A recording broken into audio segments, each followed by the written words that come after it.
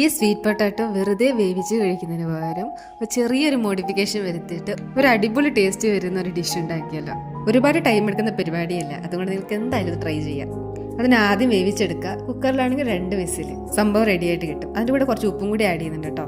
ഇവിടെ ബാംഗ്ലൂരിൽ ഗ്യാസ് കിട്ടാൻ വളരെ പാടാണ്, അതുകൊണ്ട് ഞാനിപ്പോൾ ഇൻഡക്ഷൻ സ്റ്റൗവാണ് ഉപയോഗിക്കുന്നത്. ഗ്യാസ് കുറ്റി നേരത്തെ തീർന്നു. ഇനി നമ്മുടെ ഡിഷിലോട്ട് വരാം. ആദ്യം കുറച്ച് എണ്ണ വയ്ക്കുക, ഒന്ന് കടുക് പൊട്ടിച്ചെടുക്കുക. പിന്നെ കുറച്ച് സവാള, പിന്നെ വെളുത്തുള്ളി, പിന്നെ ഇഞ്ചി, ഇതും കൂടി ഇട്ടിട്ട് ഒന്ന് ഇളക്കിയെടുക്കുക. ഉള്ളി പെട്ടെന്ന് വാടാൻ വേണ്ടി കുറച്ച് ഉപ്പ് ആഡ് ചെയ്യുന്നുണ്ട്.